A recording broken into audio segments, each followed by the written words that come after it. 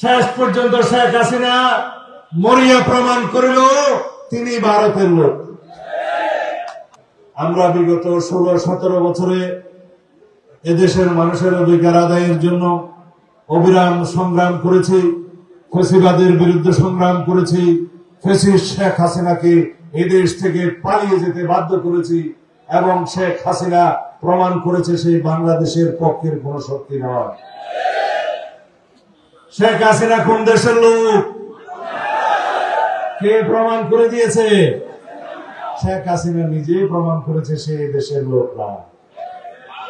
আওয়ামী লীগ নিজেই প্রমাণ করেছে তারা এই দেশের কোন রাজনৈতিক দল ছিল না, তারা অন্য একটি দেশের একটি রাজনৈতিক দলের অঙ্গ সংগঠন ছিল বাংলাদেশে। শেষ পর্যন্ত শেখ হাসিনা মরিয়া প্রমাণ করিল তিনি ভারতের লোক। আওয়ামী লীগ পতনের মধ্য দিয়ে নিজেদের বিনাশের মধ্য দিয়ে প্রমাণ করিল আওয়ামী লীগ এই দেশের কোন রাজনৈতিক শক্তি ছিল না।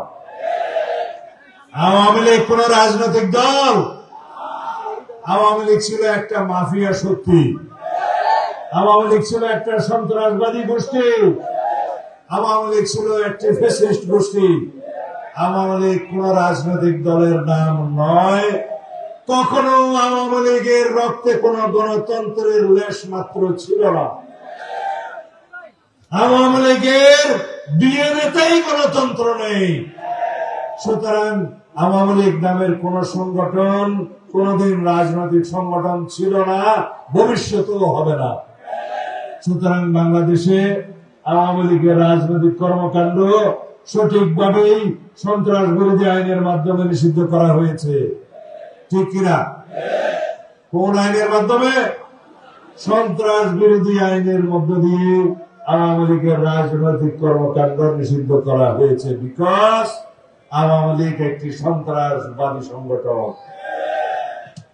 সুতরাং আপনাদের উদ্দেশ্যে আমার একটা কথা আছে, যদি দেশের মানুষ ভালো রাজনৈতিক আদর্শ পায় তাহলে অতীতের খারাপ রাজনৈতিক আদর্শকে পরিত্যাগ করবে।